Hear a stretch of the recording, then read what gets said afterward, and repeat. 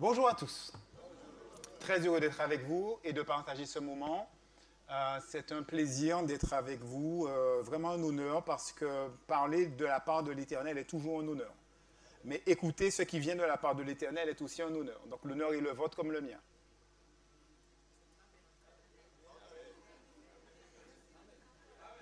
L'honneur est le mien comme le vôtre. Et pour s'assurer que ce que nous allons faire puisse être vraiment à l'honneur de Dieu, on va faire une courte prière. Notre Dieu, notre Père, nous te remercions et nous te rendons gloire pour qui tu es, pour ce que tu fais pour nous à chaque instant. Alors que la fatigue s'accumule de mon côté et que je ne dors pas, insomniaque depuis 3 semaines, je suis fatigué. J'ai peur que mes propos ne soient pas clairs, ne soient pas compréhensibles. J'ai besoin de ta présence et de ton Esprit Saint en moi. J'ai besoin que ceux qui vont prendre la parole puissent être aussi animés du même état d'esprit, afin que ce que nous allons partager en ce moment puisse nous faire du bien et vraiment du bien. Je te demande cela au nom de ton Fils Jésus, seulement pour ta gloire. Amen. Avant de rentrer dans le sujet d'aujourd'hui, je vais vous inviter à avoir une courte réflexion avec moi sur ce qu'on a dit, puisque c'est composé, cette réflexion, en 3 parties.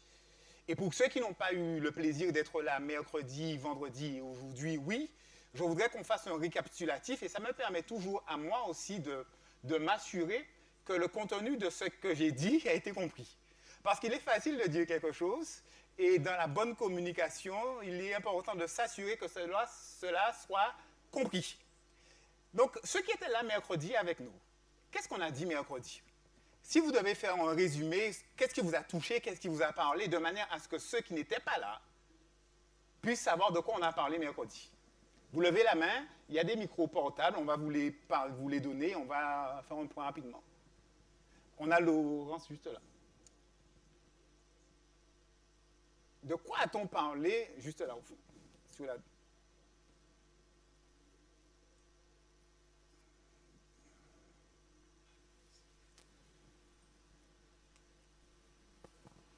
C'est bon. Que l'autonomie alimentaire n'est pas que politique ou économique, qu'elle est aussi spirituelle. D'accord. Tu as aussi fait le point sur notre identité, à savoir que cette autonomie est aussi liée à l'identité de la personne qui la pratique. Et tu as aussi parlé un petit peu du fait que nous sommes des personnes centrales pour Dieu, centrales dans le sens bien sûr spirituel et créatif, puisque nous sommes des rois, des reines pour lui. D'accord, merci beaucoup. Quelqu'un d'autre qui était là mercredi, pardon? C'est clair pour tout le monde ce qui a été dit? Ok. Donc nous avons dit mercredi, en nous basant sur le texte de Genèse 1er, en comprenant le texte dans sa profondeur et dans son sens culturel, que le texte nous invite à comprendre quelle est notre identité. Aucun d'entre vous ne choisit d'exister. Aucun ne dit « je vais naître ». Est-ce qu'on est d'accord? Donc, c'est quelqu'un qui a pensé à notre existence. Nos parents ont choisi de nous faire naître, dans le meilleur des cas. Dans le meilleur des cas. Mais nous ne choisissons pas d'exister. Et comme nous ne choisissons pas d'exister, c'est Dieu qui choisit de nous mettre à l'existence, je parle Adam et Ève, il le fait en déterminant pour sa création une fonction, une raison d'être. Vous n'êtes pas en capacité de déterminer et de choisir pour vous votre raison d'être.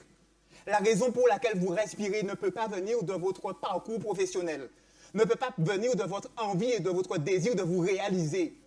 Le bonheur, la joie est lié au fait que nous soyons alignés entre la raison pour laquelle nous existons et les actions que nous pratiquons. Je répète ce que je viens de dire. Si vous voulez être un homme ou une femme, un jeune homme ou une jeune fille, un enfant, un aîné, un adulte accompli et heureux, il faut qu'il y ait une correspondance étroite entre la raison pour laquelle vous avez été appelé à l'existence et vos actions. Une chaussure ne peut être heureuse que parce qu'elle est portée à des pieds, pas sur la tête. Si elle pouvait parler.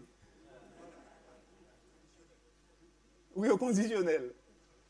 Donc, vous avez été créés, selon Genèse 1er, pour être des rois.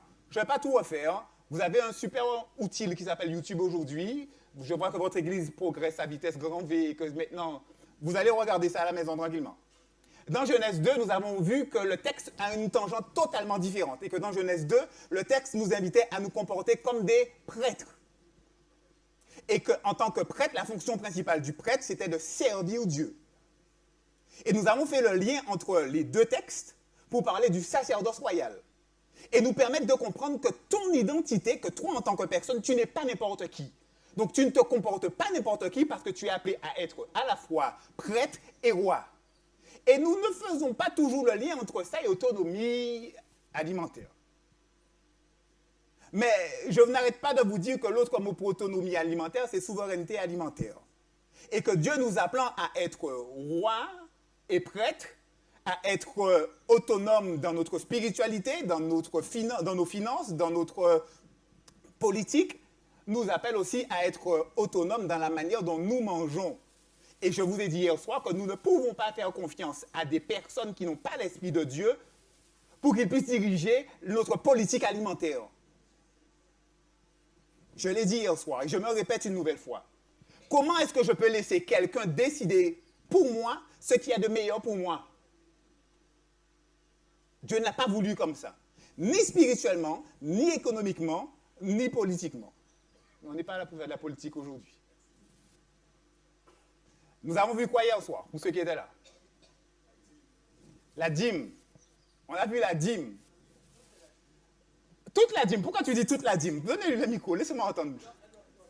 Ok, pas toi, quelqu'un d'autre. C'est moi qui ai insisté pour dire toute la dîme. D'accord. Est-ce que quelqu'un peut dire pourquoi est-ce que j'ai insisté pour que ça soit toute la dîme? Laurence a encore pris le micro. J'ai même pas levé la main, c'est Rodrigue qui me donne le micro. Rodrigue. Il est embêtant, hein? Tu vas prendre le micro tout à l'heure aussi, Rodrigue. Alors.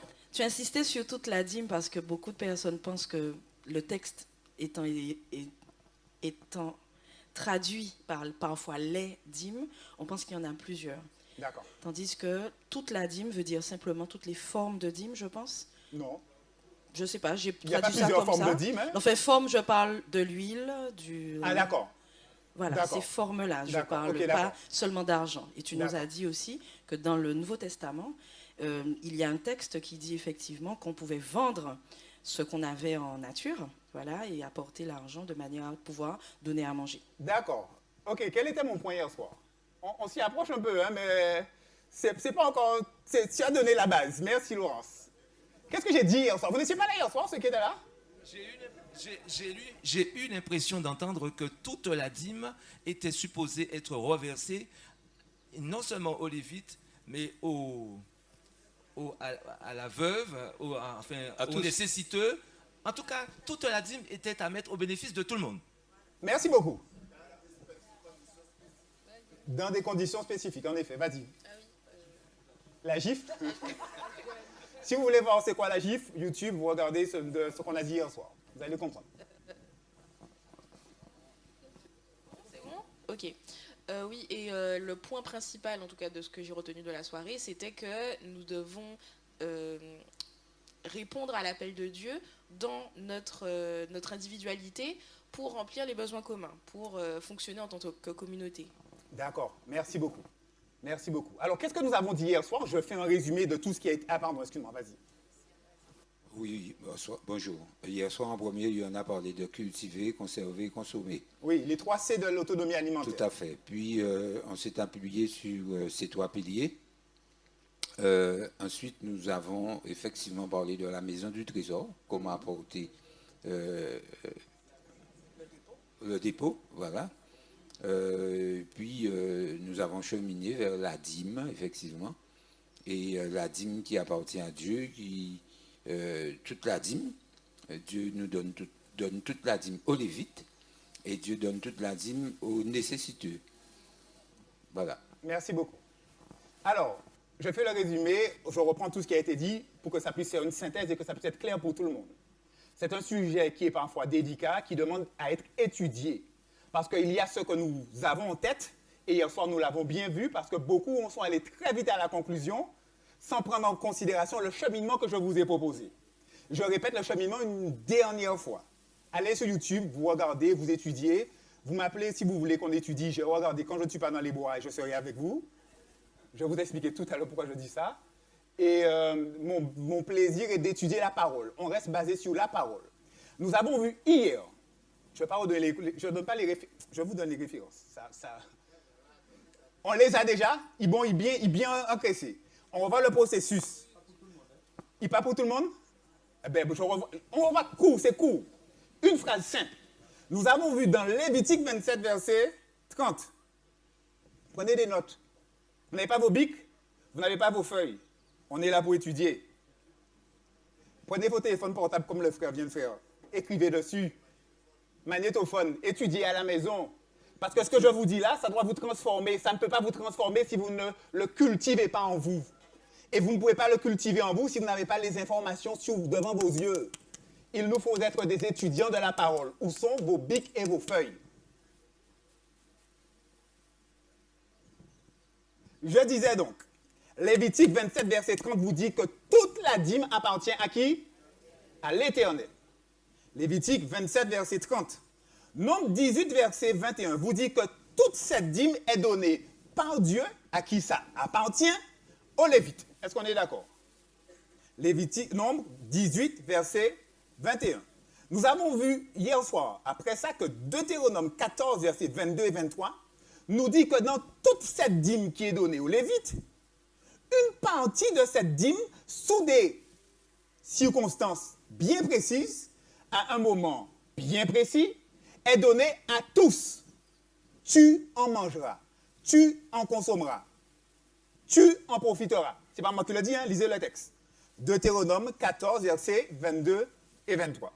Et nous avons ensuite regardé un autre texte, Deutéronome 14, 28 et 29, toujours avec cette même expression en français, toute la dîme est donnée dans des circonstances spécifiques aux Lévites, à l'orphelin, à l'étranger et à la veuve, sous certaines conditions, à un moment donné, pour répondre à un besoin spécifique.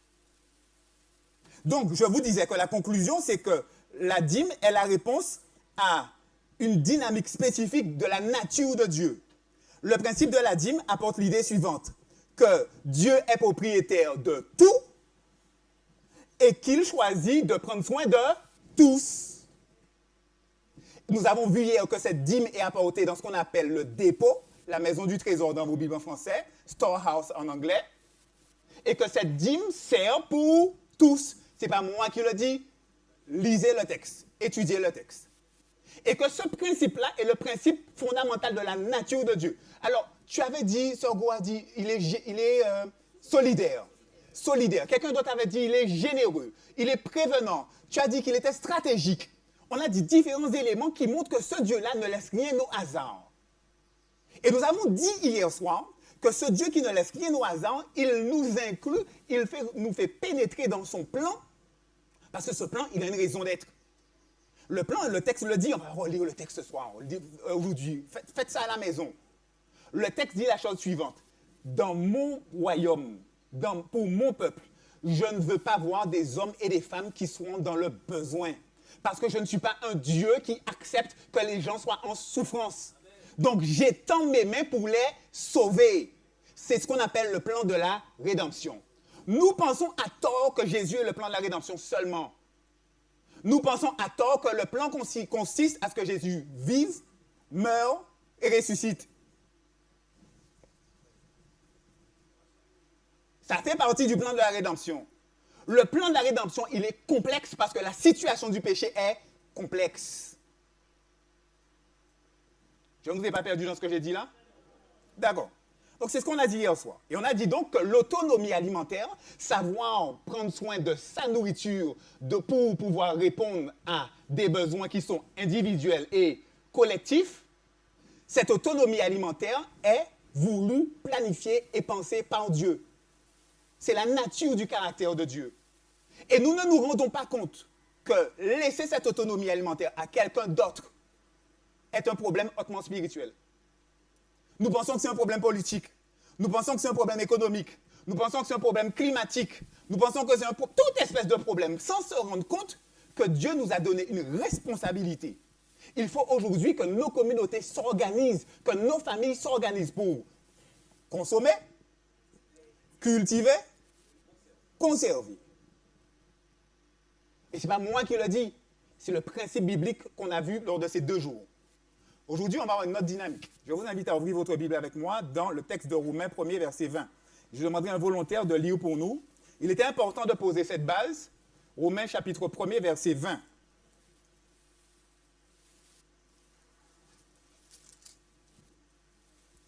Romains chapitre 1er, verset 20.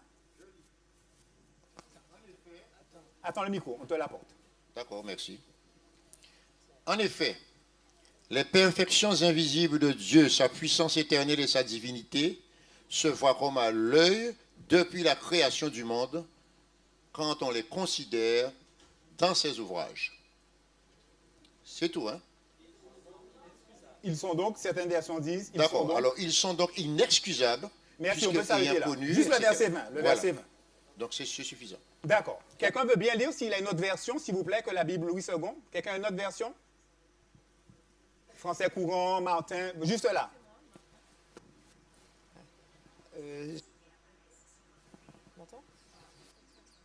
Romains chapitre 1er, verset 20, et on va écouter dans différentes versions. Alors la version Tob, en effet, depuis la création du monde, ses perfections invisibles, éternelles, puissance et divinité sont visibles dans ses œuvres pour l'intelligence. Ils sont donc inexcusables. Merci beaucoup. La version Martin. Le micro. Car les choses invisibles de Dieu, savoir tant sa puissance éternelle que sa divinité, se voient comme à l'œil par la création du monde, étant considérées dans ses ouvrages de sorte qu'ils sont inexcusables. Merci beaucoup. Tu es avec quelle version? Français courant. On écoute dans la version français courant.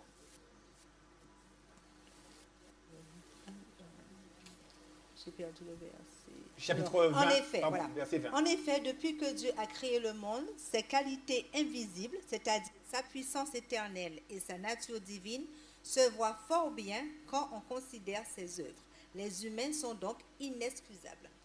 Merci beaucoup. Vas-y. Dernière version. Ah, il y a quelqu'un qui a le semeur. Juste là, vas-y. Car, depuis la création du monde, les perfections invisibles de Dieu, sa puissance éternelle et sa divinité se voient dans ses œuvres quand on y réfléchit. Ils n'ont donc aucune excuse et ça s'arrête ainsi. Merci beaucoup. Vas-y, dernière version. Je lis la version Parole vivante que Sandra m'a fait découvrir, qui est vraiment merveilleuse. Depuis la création du monde, les œuvres de Dieu parlent à la pensée et à la conscience des hommes de ses perfections invisibles. Quiconque sait regarder peut y discerner clairement sa divinité et sa puissance. Aussi, depuis les temps anciens, les hommes qui ont sous les yeux la terre et le ciel et tout ce que Dieu a créé ont connu son existence et son pouvoir éternel. Ils n'ont donc aucune excuse de dire qu'ils ne savent pas si Dieu existe. D'accord. Relis ta version. Relis ta version. Fermez les yeux un court instant. Faites cet exercice avec moi. Ce n'est pas juste de la prétention ou fermez les yeux et écoutez ce qui vient d'être lu dans cette version. C'est la même chose qui est dit, mais prenez le temps de considérer chaque mot. Relis-le un tout petit peu plus lentement, s'il te plaît. Test. Depuis la création du monde, les œuvres de Dieu parlent à la pensée et à la conscience des hommes de ses perfections invisibles. Quiconque sait regarder peut y discerner clairement.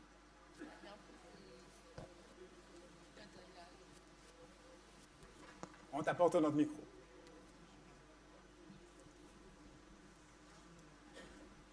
Merci. Quiconque sait regarder peut y discerner clairement sa divinité et sa puissance. Aussi, depuis les temps anciens, les hommes qui ont sous les yeux la terre et le ciel et tout ce que Dieu a créé ont connu son existence et son pouvoir éternel. Amen. Ils n'ont donc aucune excuse de dire qu'ils ne savent pas si Dieu existe. Amen. Amen. On va faire un petit exercice qui sera assez court. J'avais autre chose à faire, mais je change totalement ce que j'avais prévu. Le texte que nous venons de lire là, je le résume pour vous. Je crois personnellement dans ce qu'on appelle la transformation par la contemplation. Je répète ce que je viens de vous dire. Je crois fondamentalement à la transformation par la contemplation. Le texte que nous avons lu là nous dit la chose suivante.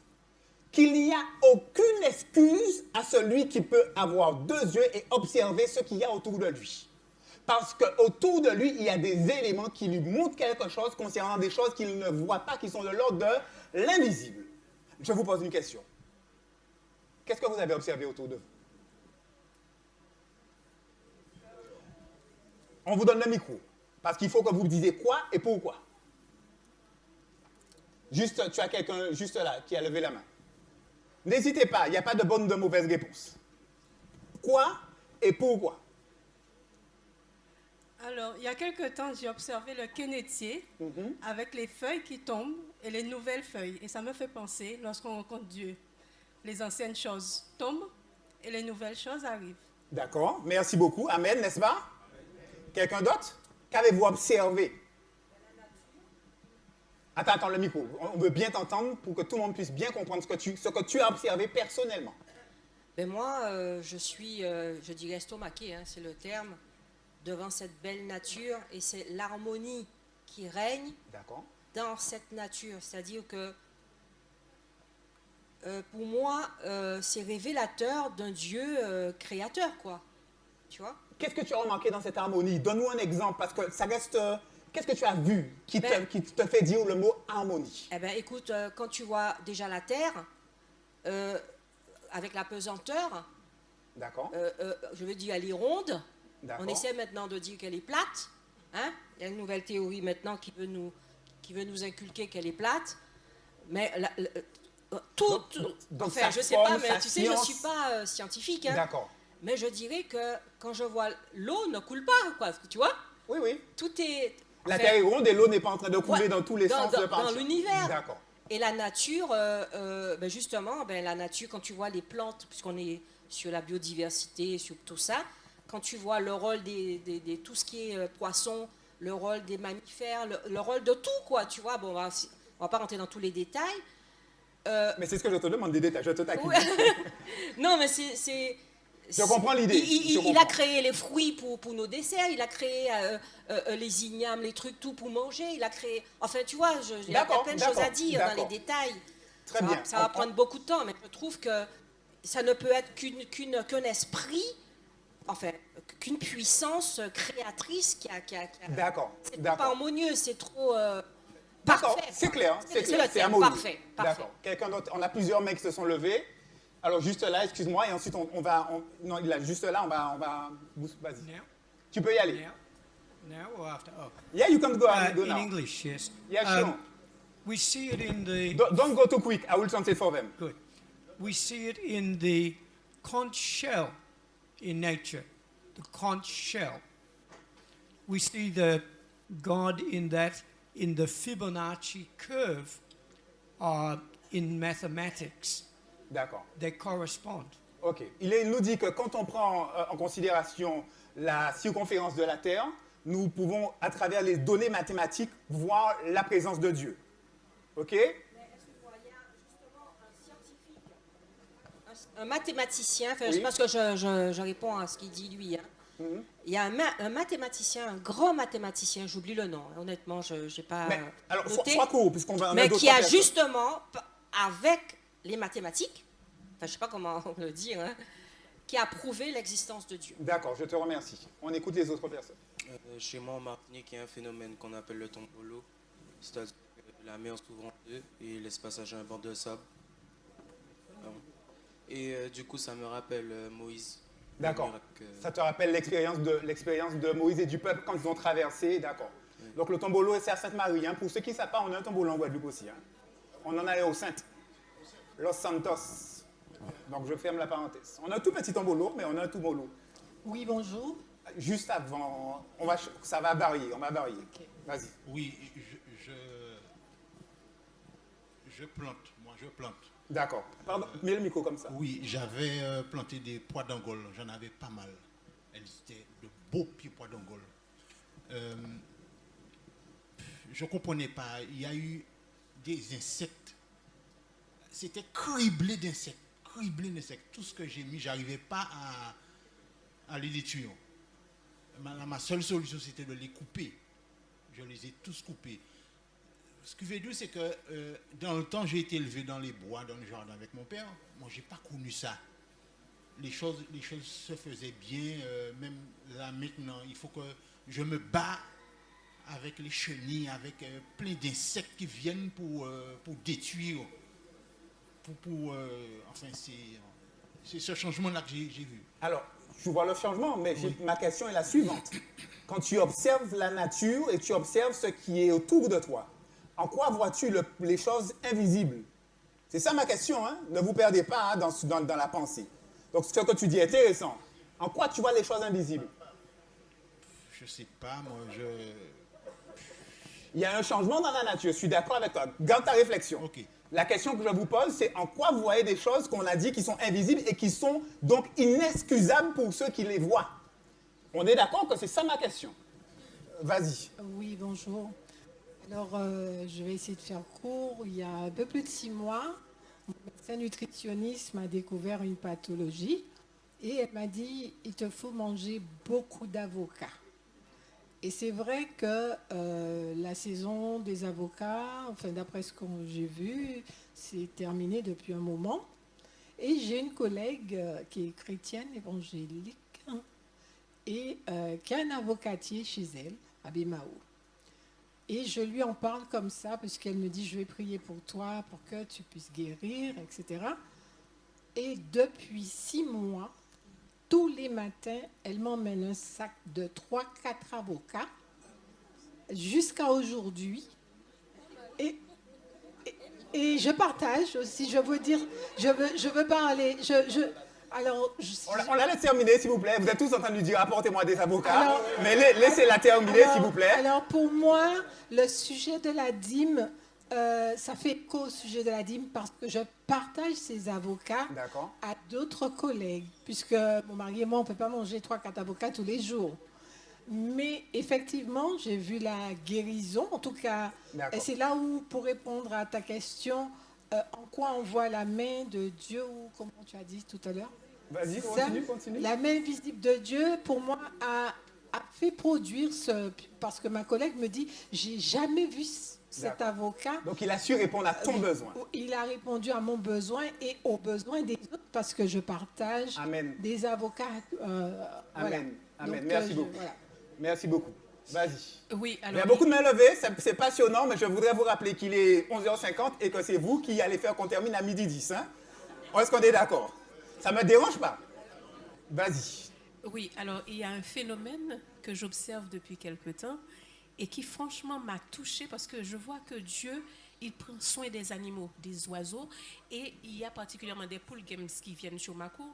Bon, j'ai décidé de les nourrir de temps en temps, mais je ne suis pas vraiment, comment je pourrais dire ça, toujours assidue. Et en fait, je vois que Dieu les nourrit. Parce que plusieurs fois, je vois une mangue qui est sur ma cour, juste en dessous, et la mangue est à moitié, comment dirais-je, découverte. Et, comment je dirais, la peau est sortie à moitié. Et les poules viennent manger et les petits oiseaux aussi. Mais ce n'est pas tous les jours que la mangue tombe, mais chaque fois que c'est fini, il y a une autre qui vient de la même manière et presque au même endroit. Et franchement, je te dis, ce phénomène-là me touche extraordinairement et je dis, mais Dieu, il est magnifique. Amen. Amen. Donc tu vois que Dieu sait prendre soin d'eux. Il fait tomber la bonne bénédiction au bon moment. Hein?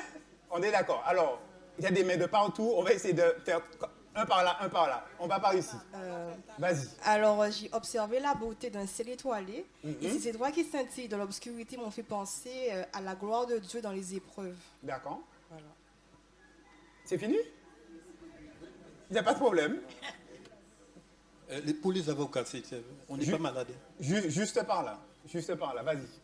J'ai vu quelque chose de formidable cette semaine. Parle un peu plus fort, s'il te plaît. J'ai vu quelque chose de formidable cette semaine. On t'écoute. J'ai un Jacques qui est chez moi et j'ai aussi un cocotier. Et les feuilles de cocotier étaient tombées sur un dit, il me faut couper les feuilles pour donner au Jacques de l'espace pour se développer.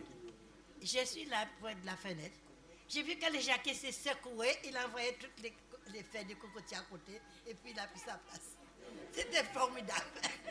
J'ai dit que Dieu fait des choses merveilleuses. Donc, tu ne m'as pas donné ma leçon spirituelle, hein?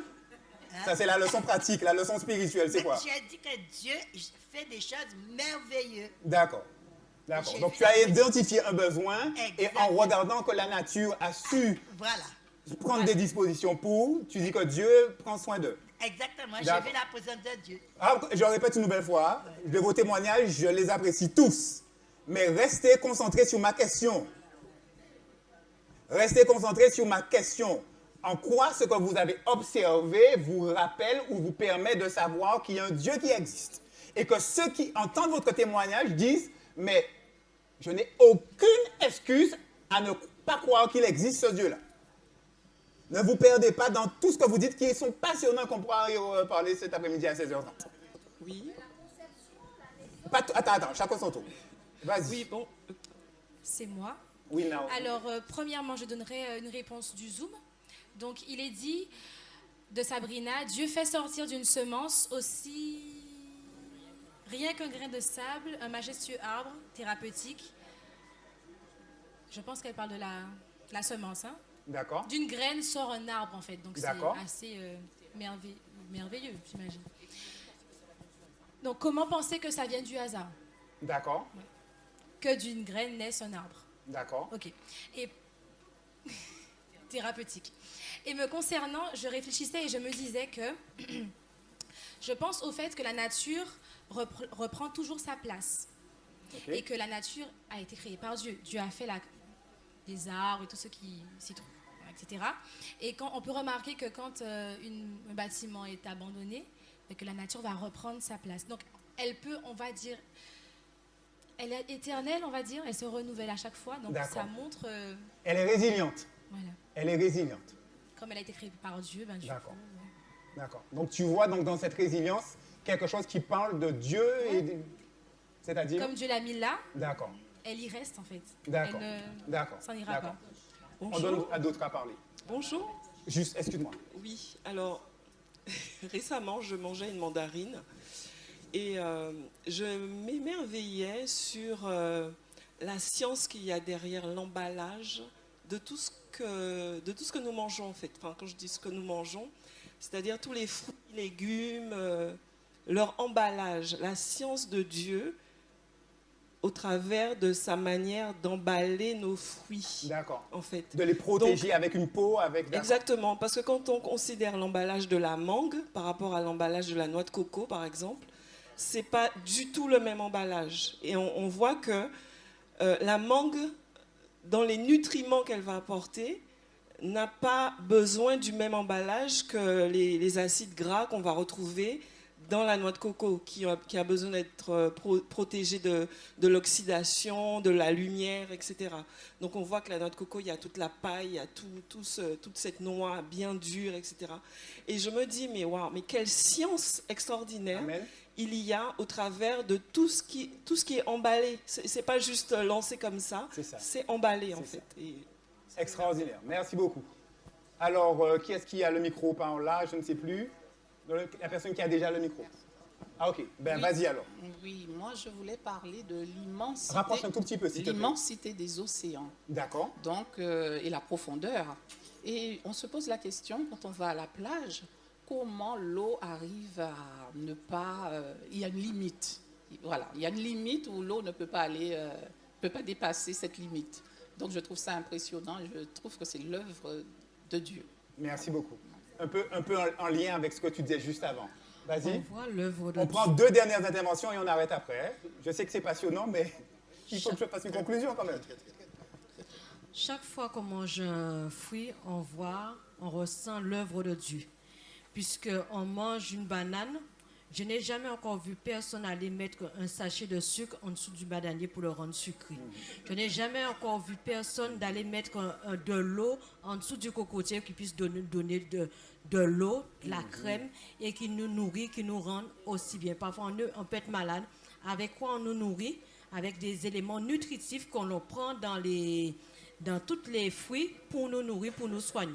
Donc, je rends grâce à Dieu pour cela. Parfois, quand on est malade, on nous emmène un bouquet de fleurs pour nous régénérer. Donc, on voit l'œuvre de Dieu à travers tout cela. Amen, amen. 2 dernières interventions. Une et on prendra une autre et on terminera. Moi, je parlerai des baleines. En 2 mots, Les baleines se nourrissent d'une manière générale au nord. Tu es d'accord? Au nord, nord de l'Europe, au nord du Canada. C'est ça, auprès de Ils se l'Arctique nourrissent et de l'Antarctique. Voilà, plusieurs mois. Mais pour mettre bas, nous avons la chance d'avoir la baleine à bosse, qui est baleine en nous, puisque c'est en Guadeloupe qui a fait petite taille. Donc ça s'est toujours fait comme ça.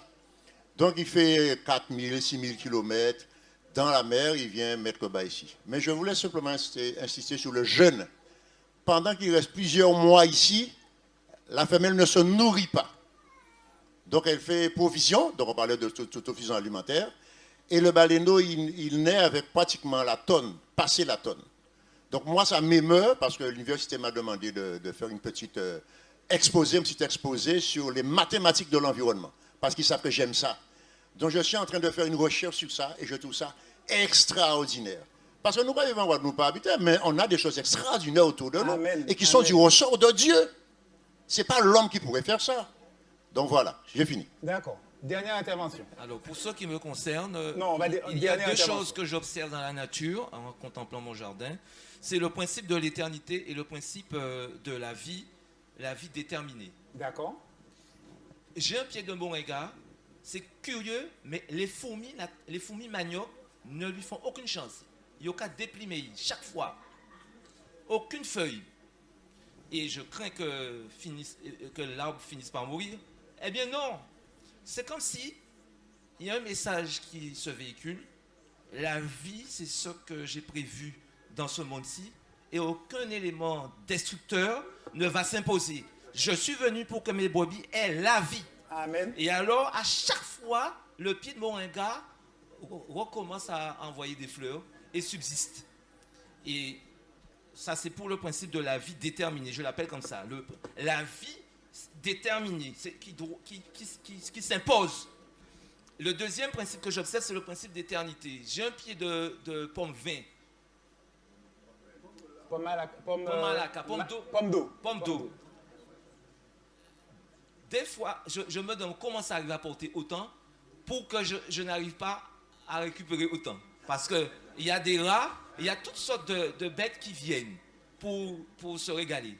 Mais je me rends compte que à un moment donné, très rapidement, ça porte beaucoup de fruits et puis il n'y a plus rien. Et je regarde au sol, il y a beaucoup de petits pieds qui poussent. Le principe de l'éternité, je vois dans ça, c'est que ça ne finit pas. Et même si tous les fruits qui ont été produits sont consommés, mais on aurait dit qu'il y a encore une volonté de s'inscrire dans l'interminable. Il y a beaucoup de petits pieds tout autour de l'arbre. Merci beaucoup. Merci à vous, merci pour vos témoignages. Je suis sûr qu'il y en a beaucoup qui auraient aimé rajouter des éléments, mais permettez-moi de conclure. Permettez-moi de conclure justement par rapport au temps. D'accord? Puisque le temps est venu. Je n'ai pas compris. Non, mais je ne vais pas répéter la question. Hein? On s'arrête. Enfin, oui, je répète la question dans le sens où je vous ai demandé par rapport à Romains, chapitre 1er, verset 20, qui dit qu'il n'y a aucune excuse pour celui qui observe la nature. Celui qui regarde les œuvres de Dieu est obligé d'être dans la contemplation et de reconnaître qu'il existe. Je vous ai demandé, qu'est-ce que vous avez vu personnellement qui font que vous dites « Waouh, ce Dieu-là existe ». Et je vous remercie.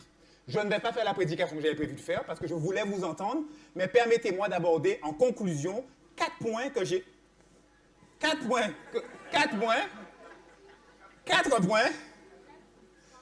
très courts. Je vous l'ai dit et je vous l'explique. Et ce sera la conclusion pour aujourd'hui. Le premier point que j'observe dans la nature, je l'ai abordé mercredi avec vous, c'est l'abondance. Je répète, c'est l'abondance. Il n'y a aucun arbre qui, dans son essence, je ne parle pas d'un arbre particulier, je parle de l'arbre, produit un seul fruit. Le manguier qui a fait 200, 300, 400, 500, 600, 700, c'est pas ça?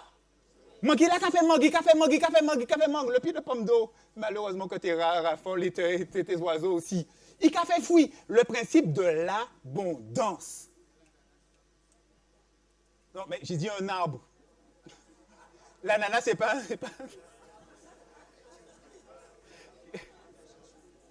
Pas de problème. Merci de l'exemple que tu as donné. Il y a des exceptions qui confirment la règle. L'abondance. Soyez avec moi, l'abondance.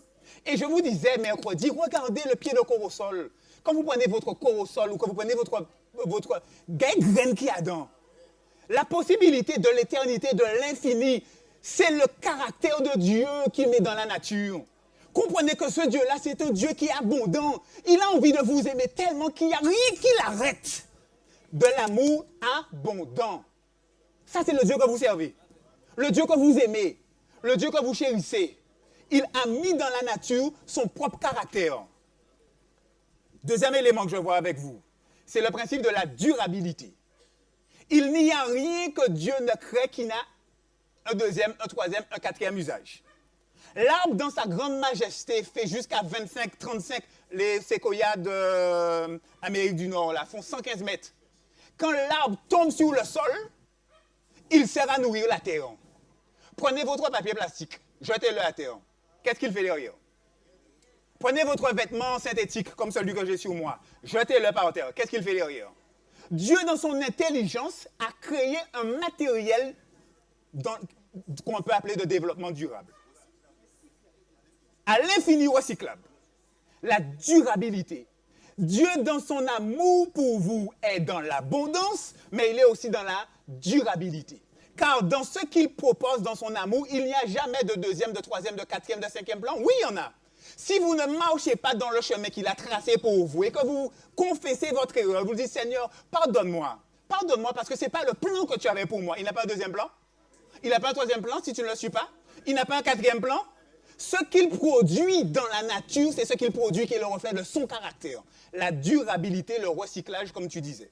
Le troisième point, c'est l'interrelation. Il n'y a rien sur cette terre qui n'est pas en interrelation. L'air que vous respirez est produit par une plante qui sort de Tanzanie. La pluie qui vous touche ici sort d'un arbre qui a produit l'oxygène au Tibet. La température que vous avez ici, là, maintenant, là, vient du phénomène El Niño, El Niña, qui n'a rien à voir avec nous. Le phytoplancton, les océans, les fruits que nous mangeons, il n'y a rien qui grandit seul. Tout est en interaction. Oh, vous connaissez le texte de Jean 17, verset 21 qu'on ne lira pas. Je te prie pour eux, afin qu'ils sachent quoi? Hein? Que nous soyons un. Comme toi et moi, nous sommes un. On est dans l'interrelation. Dernier point, c'est le problème ou la dynamique de la diversité. Dieu a créé de la diversité. Ce n'était pas prévu, hein, mais comme j'ai encore une minute, mais tu peux mettre, s'il te plaît, l'élément pour la diversité. On conclut dessus. Ce sera vraiment l'élément de conclusion. Il est 12h04, permettez-moi de terminer à 12h06. Dès qu'il va passer la projection sous l'écran. Dieu a créé un monde divers. Regardez ce qui sort de mon jardin ici. Vous avez ici des pitayas.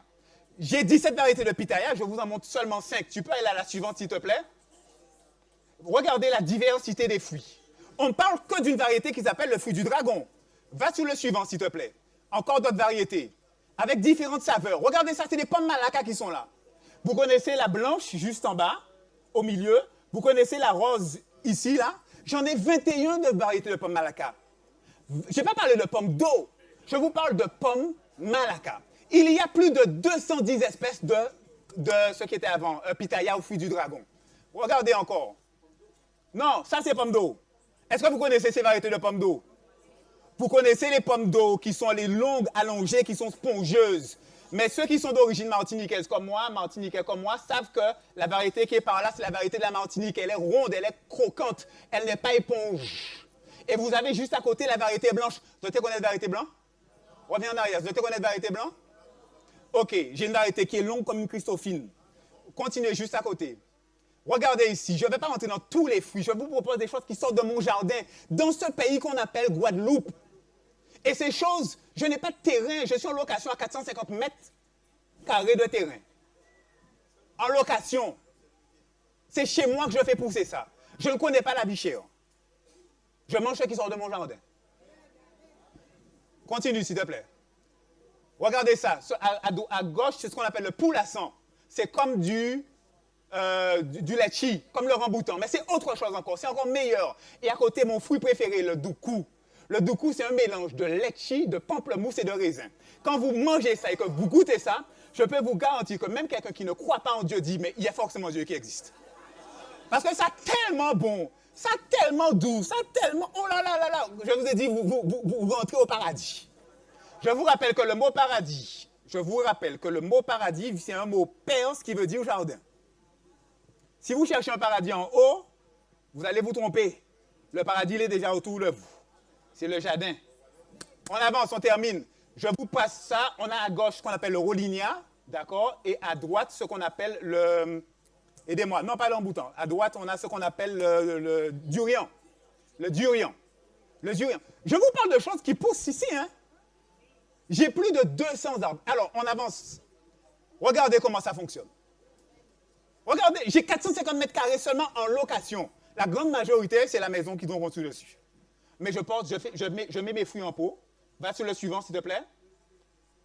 Ici, vous avez une greffe que j'ai faite avec mangue pomme que vous connaissez, mangue Julie et mangue Irwin, qui est la mangue qui est rouge américaine. Un arbre dans un pot qui porte 3 mangues différentes. Va au suivant, s'il te plaît. On va discuter si c'est contre nature après. Venez cet après-midi, on va en discuter. Vous avez ici du pitaya dans les pots, va sur le prochain. Merci beaucoup. Dieu a créé la diversité. Dieu a créé la diversité. Permettez-moi de vous rappeler un principe fondamental du Dieu qui a créé la diversité. Or, vous ne savez-vous donc pas que vous avez reçu, selon les besoins qu'a la communauté, différents dons, des dons spirituels? Ne savez-vous donc pas que chacun est utile et peut servir à une cause qui le dépasse, dans le service et dans honorer Dieu? Ne savez-vous donc pas cela, mes frères, mes sœurs, nos invités? Que vous êtes tellement spéciaux, tellement différents, tellement appelés à l'excellence, que Dieu a mis en vous, que certains soient grands à 2 mètres, que certains soient courts à 1,60 m, que certains soient larges, que certains soient grands, qu'ils ont un ton plus élevé. La diversité fait pleinement partie de qui est Dieu. Sinon, tout le monde aurait ressemblé à Adam et Ève, depuis Adam et Ève jusqu'à aujourd'hui. Il y a des noirs, il y a des blancs. Enfin, il n'y a personne qui est blanc et qui est noir, vous avez compris. Il y a des marrons clairs, il y a des marrons un peu plus jaunes, mais tous sont marrons. Il y a de la diversité. C'est Dieu qui est là, la diversité. C'est la richesse de Dieu qui est la diversité. Ne pensez pas comme moi. Pensez comme vous, avec la puissance de l'Esprit de Dieu. La diversité. Mes amis, la nature nous montre clairement qui est Dieu. Et ce Dieu-là, je ne veux pas l'adorer. Écoutez, comme dit Josué, moi j'ai choisi de l'adorer. Vous faites ce que vous voulez. Je vous laisse le choix de faire ce que vous voulez. Vous êtes libre, le libre arbitre. Mais moi, j'ai choisi de l'adorer. Je refuse de donner à qui que ce soit la souveraineté de ma spiritualité, de mon avis politique, de ma souveraineté économique, de ma souveraineté alimentaire, si ce n'est à Dieu, le roi des rois. Je vous laisse faire vos choix. Chacun est libre. Je vous embrasse. Bon sabbat.